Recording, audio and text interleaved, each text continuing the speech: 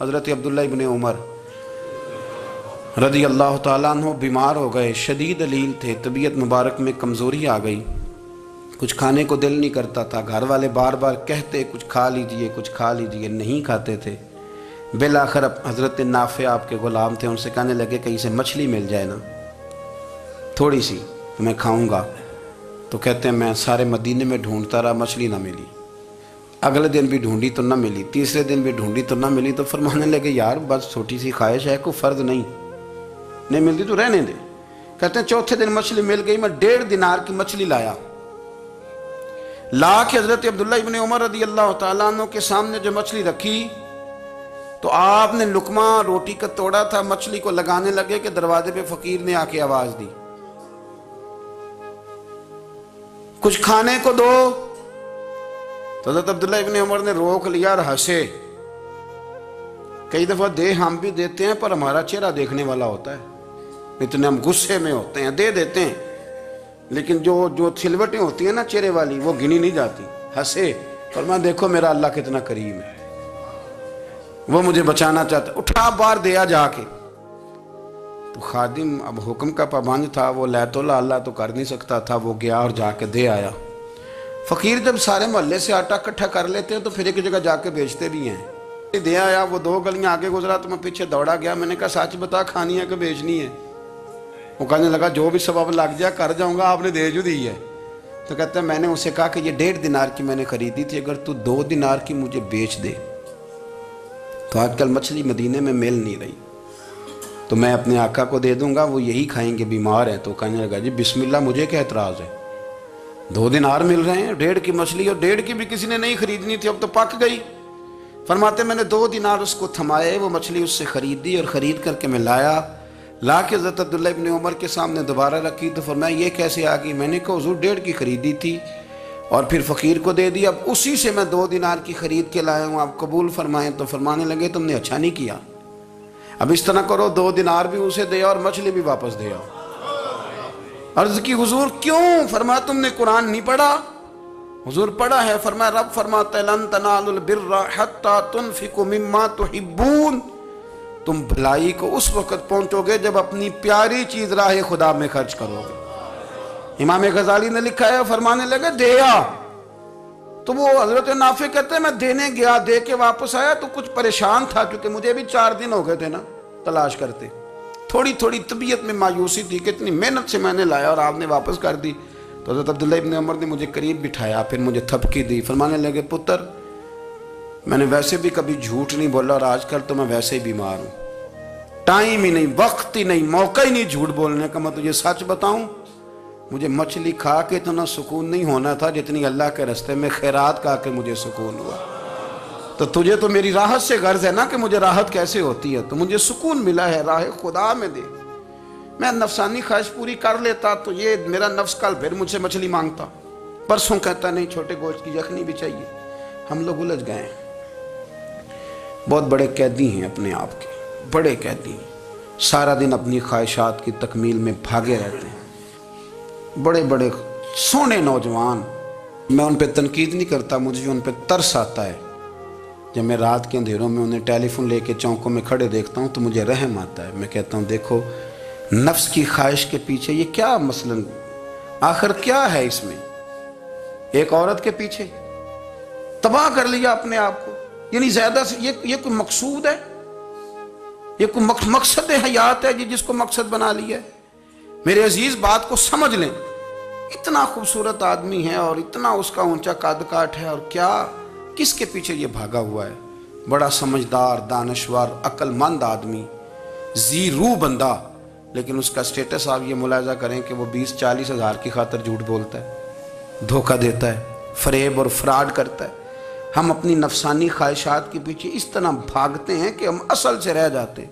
میری باتوں کی سمجھ آ رہی ہے آپ حضرات؟ تھوڑا تھوڑا کر کے، ایک ایک کر کے ان کی باتیں کم مانیں۔